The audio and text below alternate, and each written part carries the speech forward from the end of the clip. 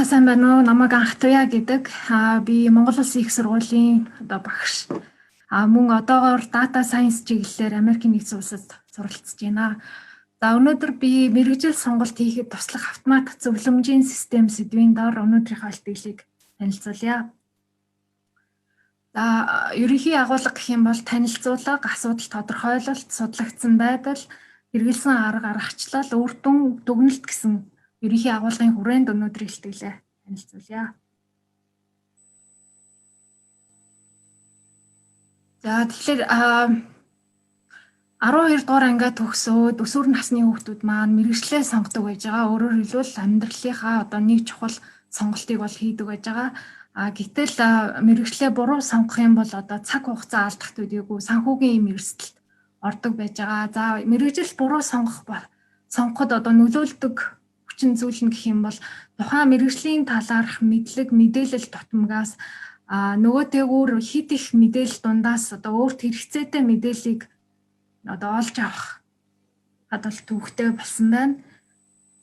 Тэгэхээр гол асуудал нь болохоор тухайн өсвөр насны хүүхдүүдэд яг сонирхож байгаа тэр мэргэжлэр нь хэрхэн тэр мэдээллийг хүргэх вэ гэдэг ийм асуудал бол урган гарч ирж байгаамаа. Нөгөөтэйгүүр яагаад ер нь их сургууль, коллежид элсэн суралцах юм шаардлага байдг юм бэ гэхээр энэ 2019 оны Америкийн нэгдсэн улсын хөтөлмөрийн статистикийн газраас гаргасан юм судалгаа байж байгаа. Жишээлбэл энд босоо зураасаар боловсролын зэргийг бүрэн дунд бүрэн бакалаврын, магистрийн, докторийн гэх мэтчлэн ингээд жагсаасан байж байна. Цэнхэр өнгөөр болохоор ажилгүйдлийн төвшинг илэрхийлсэн байж байна. Ногооноор болохоор орлогын төвшинг илэрхийлж байна 7 хоногоор. Тэгээд энэ судалгаанд бол 25 болон түүнээс дээш насны хүмүүс бол хамрагдсан байж байгаа. Тэгээд эндээс харах юм бол боловсролын зэрэг ахих тусам ажилгүйдлийн төвшин бол буурсан байж байгаа. Нөгөөтэйгүүр олох орлогын хэмжээ бол өссөн харагдаж байна. Дараагийн нэг анхаарах гол зүйл нь болохоор мэргэжлийн бүс гэж нэг ойлголт байж байгаа. Өөрөөр хэлбэл 1-5 5 ангиллалтай нэгдүгээр бүст байгаа мэргэжил бол маш бага хэмжээний сургалт ийм шаардлагатай мэргэжил. Хоёрдугаар бүсэд байгаа мэргэжил болохоор арай ахиу сургалт шаардлагатай. Их мэтчлэн дөрөвдүгээр бүсийн мэргэжил болохоор бакалавр юм уу эсвэл магистрийн зэрэг шаардлагатай ийм мэргэжил. 5 нь болохоор доктор, магистрийн сургалт зэрэг шаардлагатай ийм бүсүүдэд бол байдаг. Тэгэхээр оюутан сурагчид маань мэргэжлээ сонгохдоо ер нь тухайн сонирхож байгаа мэргэжил нь ямар бэлтгэл, ямар сургалт шаардлагатай вэ гэдгийг бол эндээс мэдэх боломжтой байж байгаа. Тэгэхээр бид нар 2014-өөс 15 онд бол 130 гаруй өсвөр насны хүүхдүүдийг хамруулсан юм судалгаа хийгээд тэгээд хүүхдүүдээс бол ирээдүйд ямар мэргэжилтэй болох вэ? Мэргэжлээ хэрхэн сонгосон бэ гэд асуухад бол ихэнх нь бол инженер болно ч гэдэг юм уу, доктор болно ч гэдэг юм уу ингэж хариулж ирсэн. Тэгээд яг тухайн мэргэжил нь юу хийдэг юм бэ? Ямар төрлийн инженер байдаг юм бэ гэд асуухлаар бол хариулт өгч чадахгүй байсан. Тэгээд ер нь тэр судалгааныхаа үр дүнд үндэслээд бид нар оюутнуудыг мэргэжил сонгоход нь хэрхэн тусалж болох юм бэ гэд ингээд арга зам хайсан байж байгаа. Тэгээд бид нар юу гэж шийдсэн бэ гэхээр ийм автомат зөвлөдөг ийм систем бүтээе гэд зорьсон байж байгаа. Тэгээд энэ автомат зөвлөмжийн систем гэж юу юм бэ гэд хайгаад үзэхлээр тухайн мэдээлэл дээр нь үндэслээд ер нь тухайн хэрэглэгч маань ийм мэдлэг мэдээлэлт дуртай байж болох юм аа гэдэг зүйлийг зөвлөж идэг ийм техник байж байгаа. Жишээлх юм бол Netflix гэдэг байж байна. Энэ дээр болохоор хүмүүсийн үзсэн кинонууд дээр нь үндэслээд тэгвэл одоо өөрөөр хэлбэл түүхүүд дээр нь үндэслээд за тэгвэл та одоо ийм кинонд дуртай байж магадгүй маа гэсэн одоо зөвлөгөө өгч идэг. Мөн өөрөөр одоо Amazon компани нь бид нар Amazon-оос бүтээгдэхүүн худалдаж авдаг. Тэр худалдаж авсан түүх одоо бүтээгдэхүүний түүхээр нь ийм одоо ижилхэн төрлийн бүтээгдэхүүн байна. Магадгүй та энэ бүтээгдэхүүнд одоо хэрэглэх дуртай байж магадгүй гэж зөвлөдөг ийм систем байж байгаа. За судлагдсан одоо байдал гэх юм бол супри онол гэж байж байгаа. Хүн ер нь супри онолоор болохоор карьер хөгжүүлэх юм 5 одоо үе шаттай байж байгаа. Тэгэхээр 15-аас ер нь 24 наснда хүн бол одоо хоббигоо хөгжүүлэх, ур чадвараа хөгжүүлэх ийм үе байж байгаа. Тэгэхээр яг энэ үедээ бол хүн мэргэжлээ зөв сонгоод ингээд мэдлэг чадвараа дээшлүүлэхэд бол маш боломжтой сайхан үе гэж тодорхойлсон байж байгаа. Бид нар болохоор 2014-өөс 15 онд Major Recommendation System гэдэг нэг систем бүтээсэн. Тэгээд 2015-аас 16 онд болохоор Монгол, Тайван, Шри-Ланк, Тайланд оюутнуудыг хамарсан 610 гаруй одоо оюутнуудыг хамруулсан ийм судалгаа хийсэн байж байгаа. Тэгээд 2018-аас 19 онд болохоор Өвөрхангай аймгийн 10 жилийн хүүхдүүдийг хамарсан бас нэг судалгаа хийсэн байж байгаа. За тэгэхээр бидний энэ одоо occupation recommendation буюу мэргэжил санал болгодог энэ систем маань яг ба гэхлээр оюутнуудад мэргэжил сонгоход нь одоо туслах ийм систем бүтээе гэж зорьсон байж байгаа. Бидний ерөнхий системийн архитектор гэх юм бол бид нар 3 төрлийн өгөгдлийг оюутнуудаас одоо цуглуулсан байж байгаа. Нэгдүгээрт нь болохоор тухайн оюутны хувийн мэдээлэл буюу хэдэн настай, ямар мэргэжилтэй болохоор зорж байгаа, ямар хичээлүүд үзэж байгаа гэх мэт мэдээллүүдийг бол асуусан байж байгаа. Хоёрт нь болохоор бид нар асуулга асуугаад хоолндын загварыг ашиглаад 30 асуулттай асуулт болгоно 2 сонголттойгоор ийм нэг асуулга авсан байж байгаа. Гуравт нь болохоор бид нар тухайн хэрэглэгчийн одоо behavior-ийн одоо өгөгдлийг цуглуулсан байж байгаа. Тэгээд энэ 3 өгөгдөл одоо 3 төрлийн өгөгдлөө ашиглаад бид нар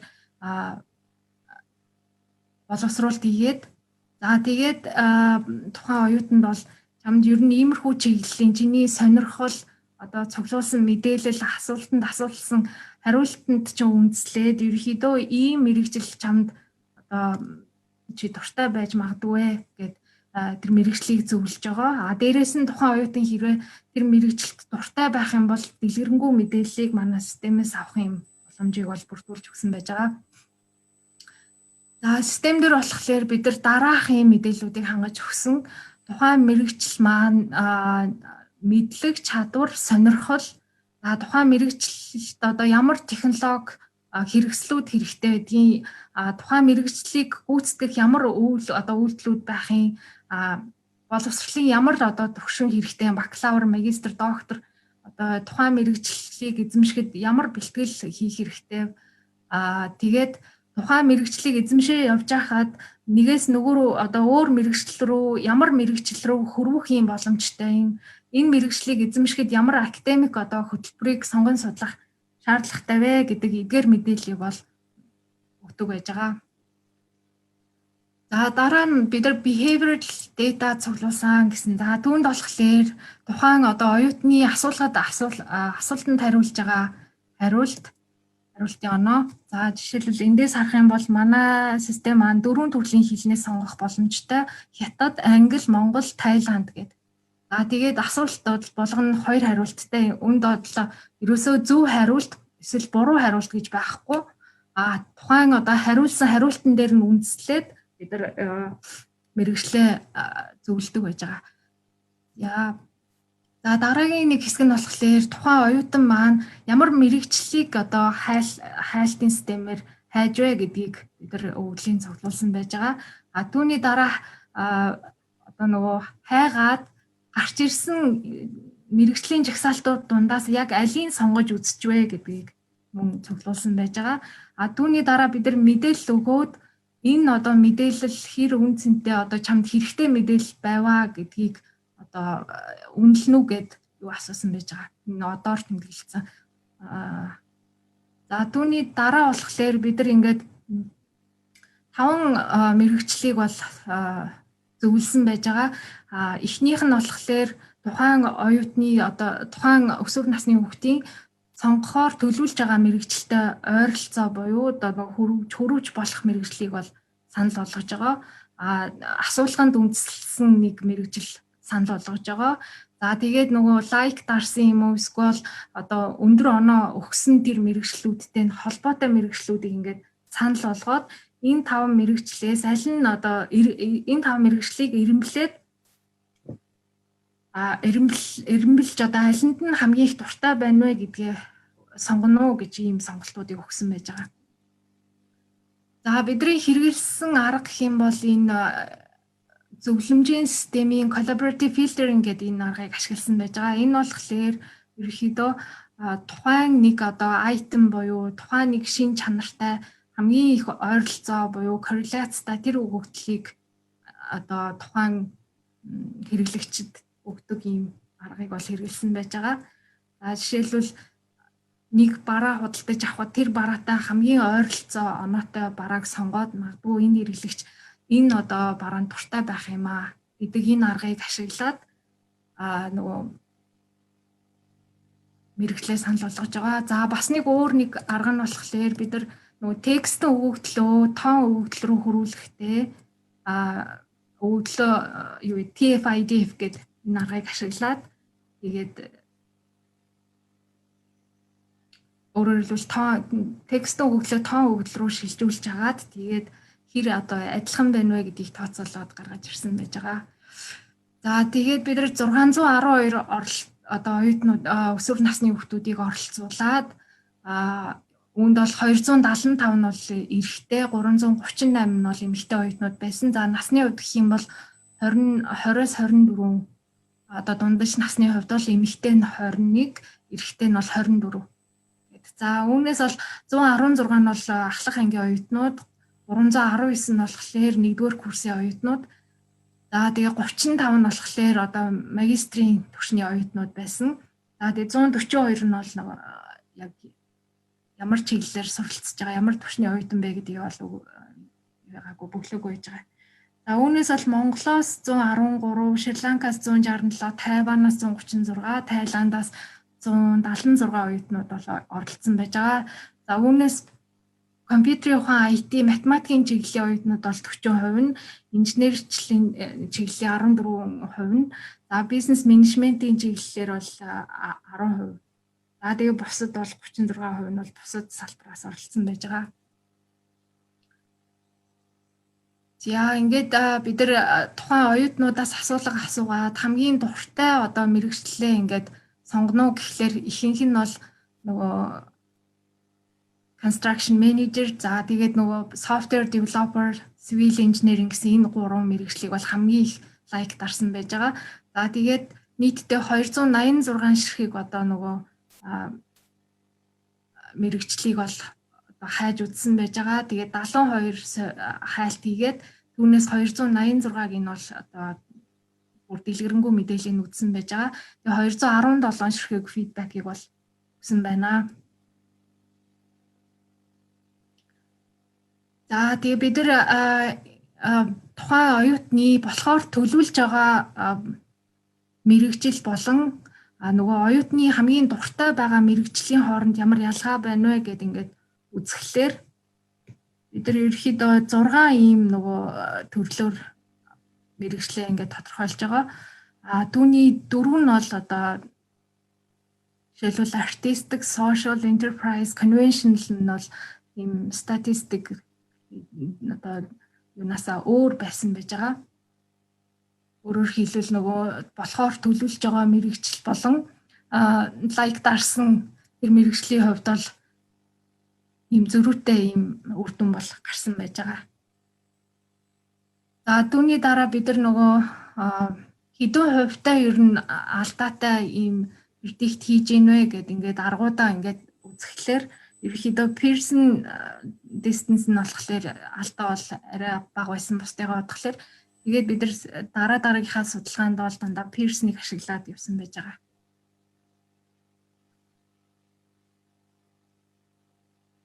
За тэгээд дараа нь болохоор бид нар ер нь энэ мэрэгчлүүдийг ингээд чагсаагаад үзэхэд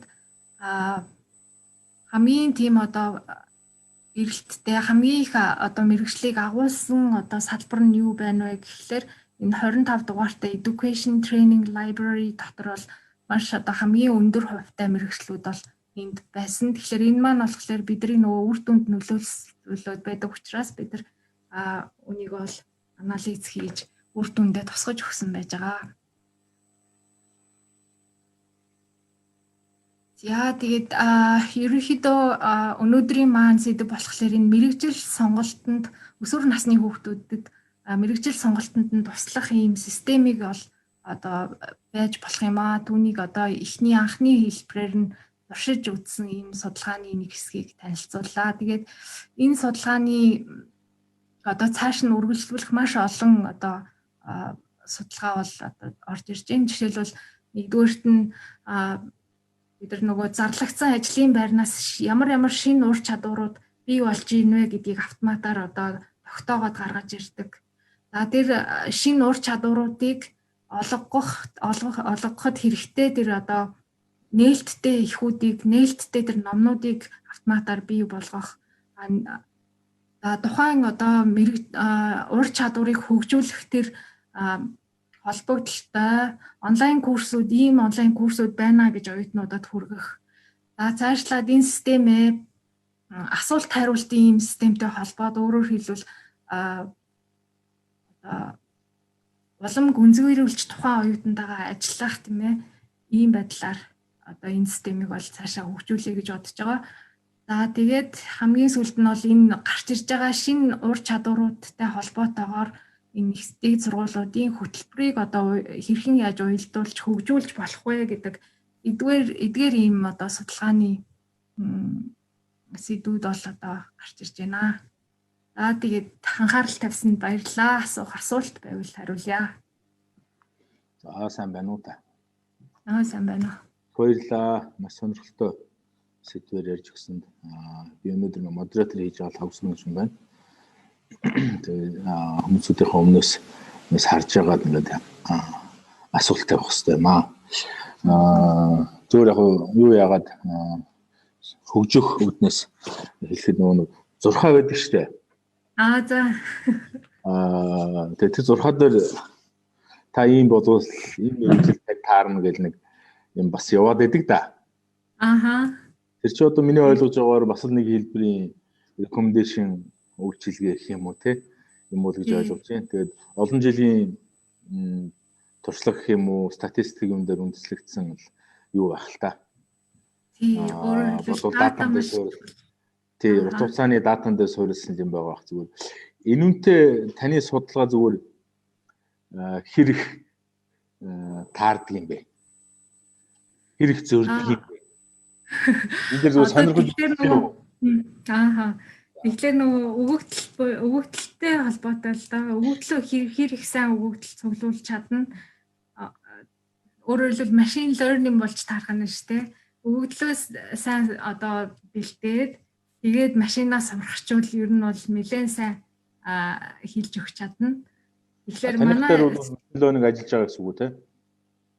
Бид нар зүгээр эхний шатны энэ болохоор 2015 онд хийгдсэн судалгаа одоо маш тийм хялбархан ийм одоо нөгөө аргыг ашиглаад natural language processing text mining-ийн нэг аргуудыг ашиглаад ингээд юу яасан байж байгаа.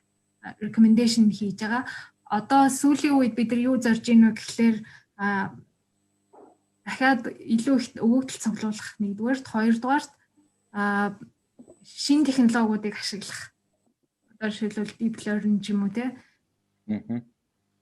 Тийм зүйлд зорж байна. Тэгээд ерөнхийдөө энэ систем маань болохоор тэр нэг хоолндын загвар гэд гаргацсан байт юм лээ. Америкийн нэгдсэн улсын 2001 оноос хойш ингээд жил болгон албан хаагчдаас ингээд тийм судалгаа авд юм лээ. Тэр судалгаан дээр үндэслээд бүр тийм юу гаргацсан байдаг. Мэргэжлийн тодорхойлолтуудаа яг энэ нөгөө загварын дагуу одоо жишээлбэл тоо үнэлгээнд ингээ харгалзуулаад тийм мэдээллийг бий болгоцсон байт юм билээ. Одоо болтол ингээ тэр нь хөгжүүлэгдээд явж байдаг. Тэгэхээр манай энэ систем болохоор яг тэр өгөгдлийн авч ашигласан байж байгаа. Тэгэхээр өгөгдөл болон аргын хувьд бол яг нөгөө онлоор батлагдсан тийм одоо зүйлүүдийг бол ашиглаж байгаа. Одоо бас нэг хийх ажил нь гэх юм бол нэг Монгол руугаа хөрвүүлэх, тэгээд Монгол дээрээ энэ нөгөө юунуудаа ажилуулах, арга техникүүдээ ажилуулах ийм ажлууд бол хийгдээд явж байна. Зөв. Нөгөө 6-гийн нэг сайн тал нь баг дата авахгүй зөвхөн төрсөн он сараар нь л recommendation хийж өгöd байгаа шүү дээ. Докгийн хувьд бол өөрөөр personal data мата юу ч авахгүй байгаа хгүй. Зөв. Тэ төрсөн он сараа хийгэнгүүт л танд ийм мэрэгжил гайгүй байж магадгүй гэж хэлж өгöd байгаа юм шиг санагдтыг. Нэг логик нь тэ. Миний бодлоор цурхаа юу болохоор. За. Танай систем болохоор personal мэдээллүүдийн зөв хувийн мэдээллүүдийг бол аавна. Дээр нь 30 асуулт гэдэг чинь бас чамгүй их мэдээлэл авчихна гэсэн үг шүү дээ, тэ? Тий, бидний өөрсдийн нөө бэлтгэсэн асуулт аа. Тийм, тэгээд нөгөө behavior юун дээр нь бас анализ хийгээд одоо үйлдэл гэдэг юм шийдвэр гаргах процесс дээр нь яагаад. Тэгээд энэ хүн дээр энэ мэрэгжил илүү таарах юм шиг байна гэдэг. Тэгэхээр 6-аг бодвол хамаагүй өндөр наривчлалтайгаар зөв юмыг сонгож өгөх магадaltaй гэж харагдаад байна л да. Тэгэхээр одоо эргээд харахад мөн үү хэр их таарчих шиг санагдаж байна зүгээр. Та энэ дээр анализ хийв үү?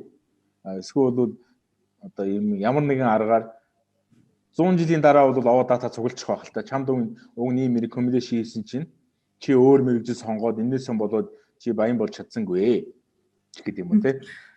Чи яг энэгээр явсан чинь нэрээ чи айгүй аж жаргалтай байна ч гэдэг юм уу. Ингээд эргээд харахад дата цуглах л байх гэж бодож байна. 4 жилийн хугацаанд тэгэхээр нөгөө эргээд фидбек авахд хэцүү шттэ. Таны мэрэгжил сонголт тэр зөв байсан бэ гэдэг дээр нөгөө буцааж юу хиндэ хариулт авахд айгүй төвөгтэй л байх л да. Зүгээр өөрийнхөө одоо recommendation хийж байгаа энэ байдал дээрээ зүгээр эргээ харахад хэр их юутай байна. Зөв зөвлөгөө өгч байгаа юм шиг санагдаж байна. За. Нэгдүгээр тэр 6-ын хувьд болохоор энэ нөгөө нэг од гар ихсийн цаана бахан математиктэй юмнууд байдсан юм шиг байлаа шүү дээ тий. Од гар. Тийм үү. За. Тэгэхээр бэрийгээ сайн судлаад явбал бас нэлээд юмнууд хийж боломжтой юм шиг байлаа. Хоёрдугаарт нь энэ нөгөө системтэй холбоотой хэр үнэн зөв байна вэ гэдэг дээр бид нар нөгөө маш олон өгөгдөл нөгөө оюутнуудаас авч байгаа болохоор тэр өгсөн мэдээлэл дээр нь бид нар үндэслээд нөгөө текст мэдээлэл, тоо мэдээллийн анализ хийж агаад тэгээ мэдээлэл харгалзах одоо маш ойрхон ижилхэн төрлийн мэдээллүүдийг буцаагаад өгч байгаа болохоор энэ дэр бол бас ерөнхийдөө гайгүй нэлээд төгсөж байгаа. Жишээлбэл би яг нөгөө сурч байгаа хугацаанд ингээд цуг сурж байгаа 10 оюутан байгаа хгүй юу. Тэгээ бүгдээрээ энэ системийг ингээд ашиглаад үзэхэд бол бүгд нөгөө компьютер сайенсаар сурж байгаа тийм оюутнууд байсан. Тэгэхэд 5 одоо мэрэгжил зөвлөхөд бол ядаж нэг мэрэгжил нь бол тэр дотор байж л байгаа.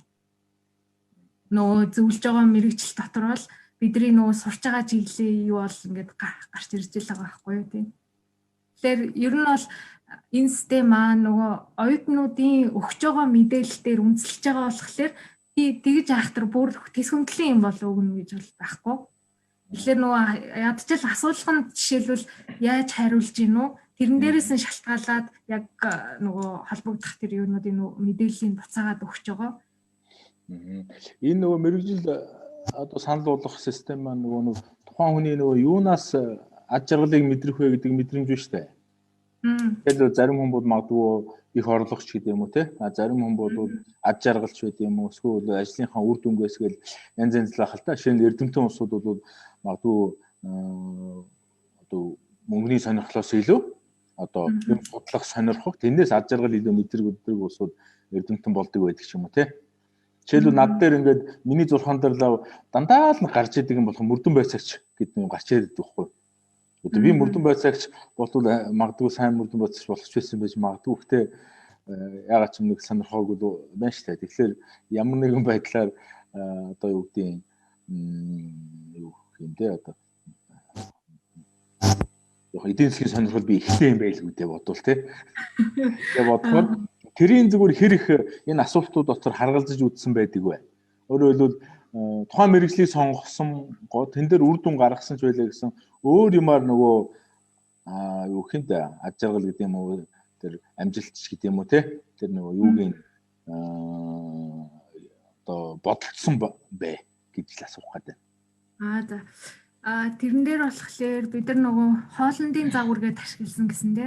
Тэрэн дээр болохоор ийм 6 төрлийн категори байж байгаа байхгүй. Хүний одоо нөгөө байж болох боломжтой ийм 6 realistic, artistic, social enterprise, conventional гэдэг. Realistic хүмүүс болохоор ерөнхийдөө дандаа гараар ингээд юм бүтээх, гадаа ажиллах ийм одоо ур чадвартай, ийм сонирхолтой хүмүүс багтдаг гинэ. Investigative гэхлээрээ судалгаа шинжилгээ хийдэг ингээд боддог, төсөөлөн боддог тийм хүмүүс байд юм байна. Artistic гэхлээр маш уран бүтээлч одоо нөгөө шинийг санаачлагдаг, тодорхой нэг тийм юмд баригддаггүй тийм хүмүүс байдаг юм байна. Social гэхлээр нөгөө хүнд туслах, наад сургах, багшлах, ийм жинтерхүү хүмүүс энэ social оноо нь илүү өндөр байдаг юм байна. Enterprise гэхлээр одоо нөгөө хүмүүсийг юу яадаг итгчүүлдэг ингээд нөгөө уран мөгдөг юм одоо нөгөө enthusiasm гэдэг нөгөө юу яадаг push хийдэг тийм хүмүүс одоо нөгөө юу яадаг хүмүүсийг ингээд итгүүлж чаддаг гэх юм өгөндөө оруулж чаддаг гэх юм тийм хүмүүс их өндөр оноотой байдаг.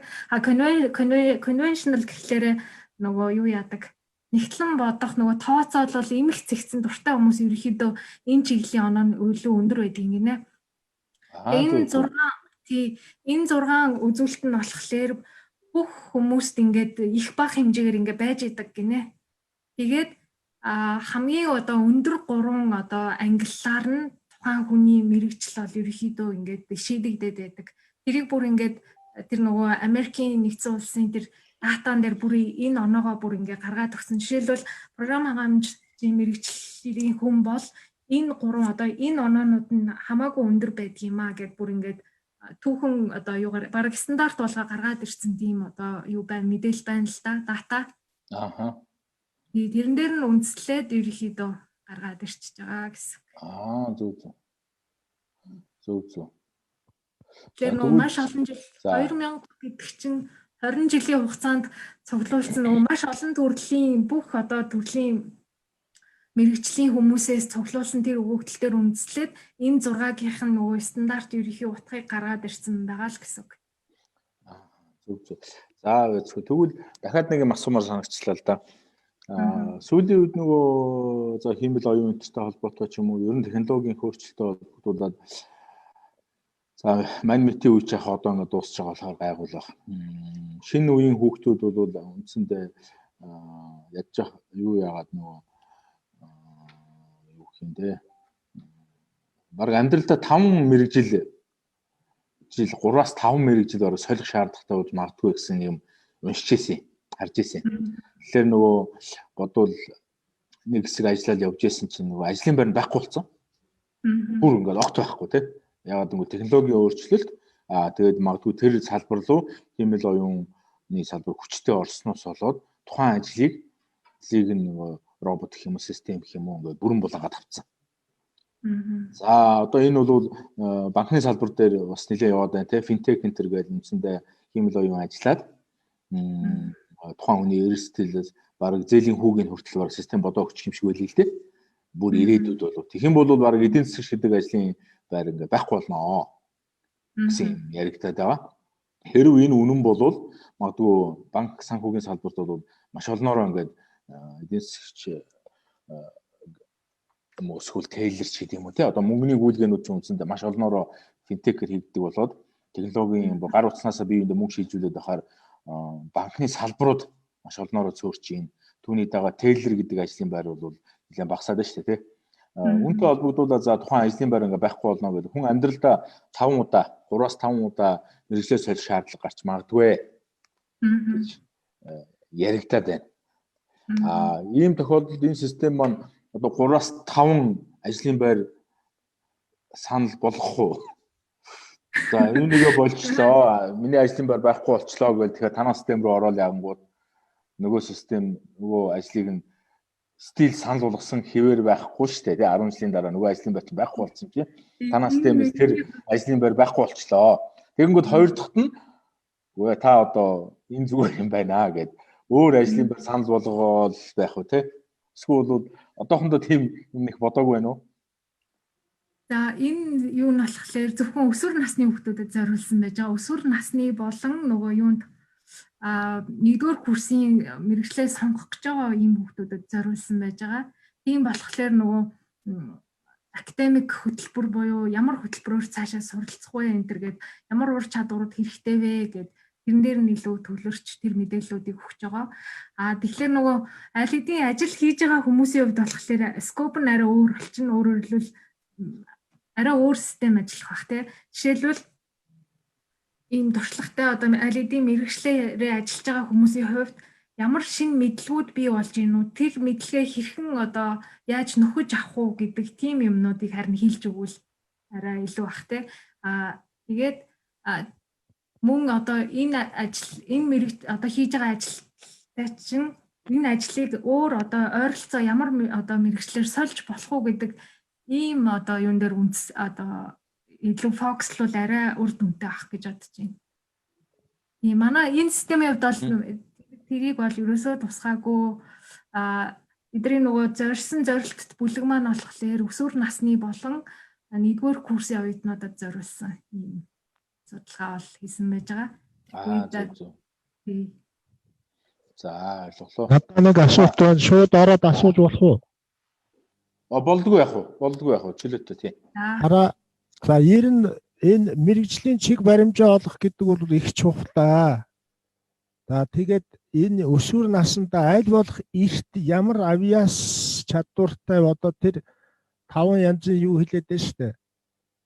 Тэр ямар чиглэлд илүү авиастай гэдгээ мэдэж аваад тэгээд аль болох эрт магадгүй сургуулийн өмнөх боловсрал бага боловсролоос эхлээд тэрийг нь одоо гэр орондоо хэрхэн хөгжүүлж байгааг нь гэр бүлийнх нь гишүүд хараад тэгээд тэрийг нь хөгжүүлэх ийм юмтай хослол их зүгээр болох байх гэж санагдаад байна.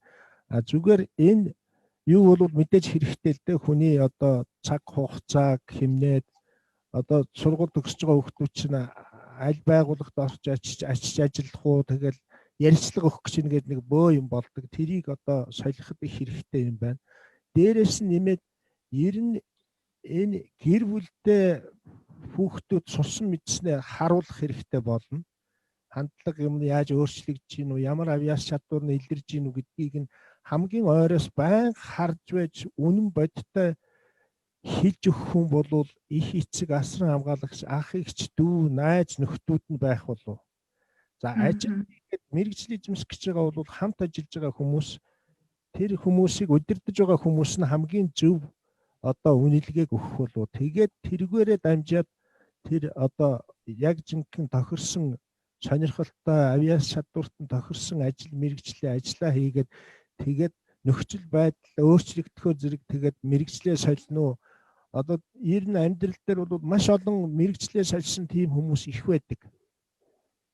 Ийм юмтай холбоо их аятайхан болмоор юм шиг санагдлаа. Зүгээр ер нь бол бид нар цаашдаа энэ боловсролын системийн сургах арга барил энэ хэлбэр арга зүйг яхад энэ бол их чухал одоо мэдээлэл болж байна. За тэгээд их баярлалаа илтгэгчид.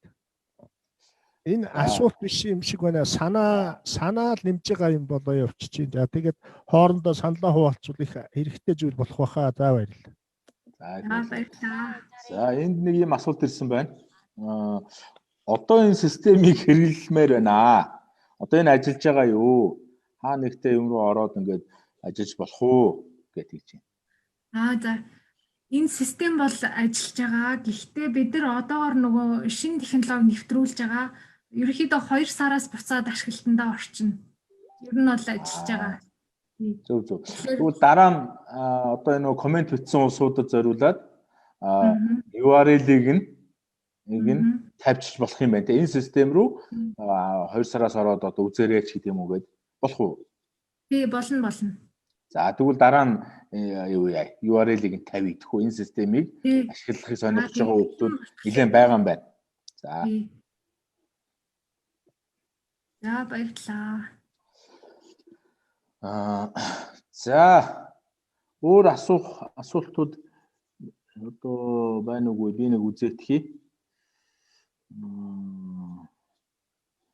За өөр бос хүүхдүүдээс бол өөр асуулт одоогоор монголоор PowerPoint нь байгаа юу гэд нэг асуусан байна хүүхд. За монголоор бол байгаа одоогоор бол алга байна уу те?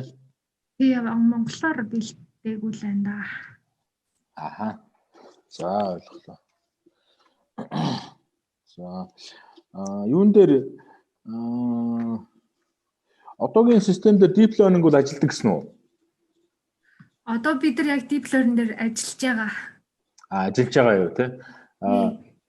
Хэрвээ deep learning сайн ажиллаулаад тэгээд дэлхийн бусад одоо хүн ам ихтэй юм уу да тийм орнуудаас ингээд маш олноор ингээд асуултуудыг асуугаа дата цуглаад эхлэн штэ. Тэгэх юм бол энэний одоо зөв хариулт өгөх чадвар нь улам нэмэгдэх багталтай системийн. Тэгээд энэ юун дээр зүгээр дэлхийн үндэсний онцлог энэ төр гэж ер нь зүгээр хэр их гарч ирэх вэ? Жишээлбэл баахан Америк хүүхдүүд дээр ингээд анализ хийсээр байгаа сурчлаа гэдгсэн чинь тэрийг Монгол хүүхдүүд дээр хэрэглэхээр хэр их зөрүү гарах уу? Эсвэл бол айхтар зөрүү гарахгүй гэж бодож байна уу танихаар? За тэрийг болохоор нэгдүгээрт Монгол руугаа бүрэн орчуулах шаардлагатай байж байгаа. Нөгөө монгол хэл руугаа хүүхдүүдийн ойлгох хэл рүү. Тэгээд бид нар яг тэр нөгөө зөрүүнийх нь юг бол гаргаж ирээгүй л тийм судалгаа бол хийгээгүй л байна л та. Тэгэхээр нэгдүгээрт бид системээ яг бүрэн болгочоод монгол хэл рүү бас хөрвүүлчгээд ерөнхийдөө нэг өгөгдлийнх нь 50-60% нь бол монгол руу хөрвөгдсөн байгаа одоо. Тэгээд систем маань яг монголоор бий болчоод тэгээд бид нар судалгаа аваад тэгээд тэрний дараа л энэ асуултанд хариулах боломжтой юм байна да. Тэгээ одоо бол шууд хэлж мэдэхгүй байна. Зөв. Аха. За тэгвэл ойлголоо. Явандаг дата цуглаад ирвэл асуултын тоо маш цөөхөн. Маш цөөхөн асуулт маш бага мэдээллээр бараг одоо зөв хариултыг өгөх чадвар нэмэгдэх үү? Өөрөөр хэлбэл бараг ингээд өөрөөс нь асуугаагүй байхтал одоо ингээд та ер нь ийм хүн болох юм байна гэдгийг хэлж өгөөд байдаг ч юм уу те. Тэрийг өстө мэдэхгүй. Ямар ч лсэн тодорхой хэмжээгээр нэг бага хэмжээний өгөгдөл бол авна тэгж байгаа. Зөв. За ойлголоо. Тэгэхээр энэ системээ зүгээр ингээд их ирээдүйдтэй ягаад олон хүмүүс хэрэглээд эхлүүл хүн болгон мэргэжлээ зөв сонгоод эхэлнэ. Тэрийгээ дагаад ажилтаа сэтгэл хангалуун байдал гэдэг юм ажиргалтай байдал нэмэгдэнэ. Гэж ойлгож штэ тий. Тэгэхээр зэрэг таны энэ судалгаа бол алс ирээдүйдээ бол хүн бүрийн ажиргалтай байдлыг нэмэгдүүлэхэд онцгой хүн нэмэр оруулах ийм одоо юу гэх юм судалгаа болох юм байна л гэж ойлгогдож байна л да. Энэ юг яагаад хийх болсон гэхлээр ерөөхдөө мэдлэг мэдээлэл дутуу байгаа тэр хүмүүс хүүхдүүд жишээлбэл мэдээллийн өгөх л ийм зорилготой. Тэгээд яг уу жишээлбэл одоо инженер болно гэдэг яг асуухлаар ямар инженер болохоо мэдэхгүй л байгаа байхгүй юу? Инженер гэж юу хийдгийг ингээд асуухлаар мэдэхгүй байгаа байхгүй юу? Тэгэхээр ядаж одоо жишээлбэл барилгын инженер гэдэг хүн бол ийм ур чадвартай байх ёстой. Ийм одоо үйлдэлүүдийг хийдэг юм амьдрал дээр. Тэгээд ийм одоо хөтөлбөрөөр сурд юм жишээлбэл бакалаврын одоо зэрэгтэй болно наатлан ч гэдэг юм уу те. Ийм мэдээллүүдийг өгөөд за жишээлбэл ур чадвар ability одоо skill энэ төр гэдэг тэгэхээр хэдэн хувь нь одоо мат байдаг юм аа, хэдэн хувь нь одоо тийм ур чадвар хэрэгтэй байдаг юм аа гэдэг мэдээллийг өгөхлөөр нөгөө хүүхэд маань одоо нөгөө мэдээлэл авсан юм чинь бодсон шүү дээ тий. А энэ надад тохирохгүй юм биш үү? Би арай өөр юм бодож ийжээ гэдэг. Нэг тиймэрхүү хинт одоо нөгөө гаргаж байгаа шийдвэрийн аль болох өөрт нь одоо хэрэгтэй байхаар support хийх юм хийж байгаа юм да. Хийн л гэж бодоод байгаа юм л та. Зөв. Хүүхдийн нөгөө мэрэгжил сонголт чинь бас ерөнхийдөө айгүйх маш төвөгтэй. Тэгээ асуудал юм шиг санагддیں۔ Би хувьдаа гэдэг юм бол баг багтай манай ээж аа хоёр цэргийн хүн байсан болохоор цэргийн дарга болно л гэж боддог байсан тий. Тэгээ яг явцын дунд өөрөө математик энтертэй жоохон хичээлдээ гайгүй болоод эхлэнгүүд би ер нь инженер болох юм байна энэ гэл нэг тийм баг ингээд санамсаргүй шахуу байдлаар л ингээд би жишээлбэл инженер гэдэг мэргэжлийг сонгосон байж таардаг. А тэр үед нь нэг мэдээллийн технологийн гэдэг юм нэг гой санагдал шинэ юм болохоор энэ л их гоё юм байлгүй гэл тийшээ би яваад орсон байхгүй юу. Тэгэхээр яг үндэ хэлэхэд бол бараг л өрнөлөөр өгөх юм уу, бараг азар шихуу юм болсон. За хүүхдүүдийн өндөрчсөнд сүүлийн үед айгүй хэцүү юм байлээ. Яг гэвэл ямар мэргэжил сонгохоор юм ч айгүй гоё л гэдэг. Яг цагаа болохоор энэ бол бас их олон цаг ажилладаг ч юм уу те. Цалинтайгаа залгахын тулд айгүй олон жил сурах шаардлагатай болдог энэ чинь бол бас яг сайн мэдэхгүй байжбайгаа бол одоо мэргэжлийг сонгосныхаа дараа үгүй чи ямар хэцүү юм бэ гэж магадгүй энэ чих ажлыг хийхгүй шал өөр ажлыг явж байгаа усуд зөндөөл байх байх л та. Тэгэхээр энэ хүүхдүүдийг одоо юу гэдэг нь тухайн мэргэжлийн тухай одоо мэдээлэл сайн өгөх. Тэгээ янз бүрийн нөгөө хүүхдүүдийг үйлдвэрүүдээр юм уу албан байгууллагуудад дагуулж явуулаад тэр мэдээлэл бас өгдөг ч юм уу секс дугуулангуудыг их олноор оролцох. Тэгээ хүн нөгөө хичээлийн бус арга хэмжээнүүдэд их идэвхтэй оролцоод байхад эндээс өөрийгөө бас олж таньдаг ч юм уу юмнууд бас байд юм шиг байгаа юм л да.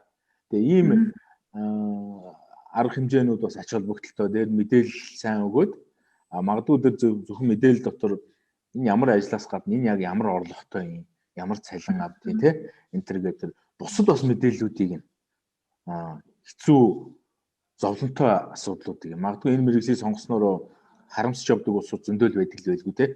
Тэгэхээр өөр сонголтгүй болсон гэхдээ одоо энэгээр би ажилласаар дуусна гэдэг чинь тэр улсуудын үгийг ч бас сонсомоор байна л да. Гэж санагддаг лээ. Хэрвээ зүгээр яг хуу энэ иймэрхүү recommendation хийдэг системүүд үнэхээр сайн хөгжөөд тэрүүн дээр нэг зөрөө ингээд байхгүй болоод эхлэх юм бол буруу сонголт хийх магадлал нь улам бүр багасна. Жишээл Amazon дээр гэдэг чинь Amazon бол баг одоо баг миний ямар ном сонирхтыг надаас илүү баг мэдээд байгаа байхгүй. Баг тэрний зөвлөсөн ном юм уу кино мэног ч юм уу те сонгочиход баг алдаа байхгүй. Надаас илүү намайг мэдээд л ах шиг байна энэ нөхдүүд. Ингээ бодох юм бол таны систем бас надаас илүү намайг мэдээд эхлэх юм бол баг нэг буруутахгүй сонголт санал болгодог төвшөнд очичвол хаанаа л зүгээр л юм санагдаад байна. За баярлалаа. За их баярлалаа. Тэгээ таны амжилт таны одоо судалгааны ажилд амжилт хүсье. Тэгээд судалгаа нь улам бүр сайн тех дата сайн цуглуулад үр дүн сайн гаргаад Монголын хүүхдүүдийн мэргэжил сонголтыг хийхэд нь маш тусалдаг тийм гоё үйлчилгээ болж нэвтэрдэг ч юм уу. Ингээд Монголын боловсролын салбарт том дэвшил авцраасаа л гэж хүсье да. Их баярлалаа.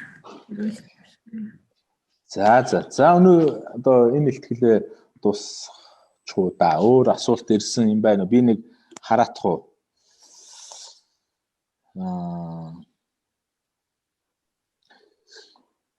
Хоббигоо яаж тодорхойлох боломжтой байдаг вэ гэдэг нэг асуулт байна. Хоббигоо тодорхойлоход туслах уу?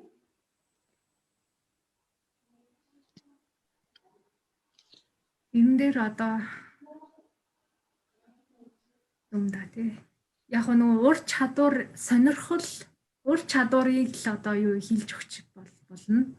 За ерөөхдөө ийм чиглэлийн мэргэжил сонирхож байгаа бол ийм одоо мэргэжлийн хүмүүс бол энэ ийм ур чадвар нь бол илүү хөгжсөн тийм байдаг юм аа гэдгийг бол хэлж өгч чадна. Зөв. Тэрэн дээрээ суурлаад өөрөө хоббигоо хайж олоорой гэсэн үг үү те? Ер нь хобби олыг гэвэл янз бүрийн нэлээд туршиж өөрөө туршиж би юунд дуртай юм гэдгээ туршина л гэсэн үг тий. За. Тэгж л олох бах та. Гэхдээ зүгээр онлын хувьд бол мэрэгжил сонгохыг зөвлөж болж байгаа юм чи хобби зэргийг зөвлөхөд бол ямар ч асуудалгүй болчих бах тий. Ер нь бол болох бах. Өөрөөр хэлбэл жоохон гараа сунгахад хүрчхээр асуудал юм шүү. Зүгээр академик төвшөнд бол төггүй юм санагдаад ах юмгүй юу? Тэрийг өстө мэдэхгүй байна. Би нөгөө яг сайн нөгөө одоо жишээлбэл энэ системийн хувьд болохоор аль хэдэн жилийн өмнө өөр бусад эрдэмтдийн гаргацсан тэр онол дээр үндэслэж байгаа болохоор ерөнхийдөө энэ системийг хийчих болж байна. Тэгтэл яг хоббин дээр ирэхлээр яг тийм судлагдсан тийм онолууд одоо бүтээлүүд гарсан байд юм болов ямар байд юм бол тэрийг судлаад тэгээд яг энэ чиглэлийн өгөгдлүүд нь хэр байдгийм бол гэдэг дээр л ажиллах хэрэгтэй болно. Тэгж байгаа л хариулт хэлж чадах юм байна да. За ойлголоо. Их баярлалаа. Маш сонирхолтой байлаа. За ингээд анхны багштай судалгааны ажилд нь өндөр амжилт хүсье. Тэгээд дахин чиглэлээр тэр юу яая? Бас хамтраад цаашдаа ажиллая. За баярлалаа.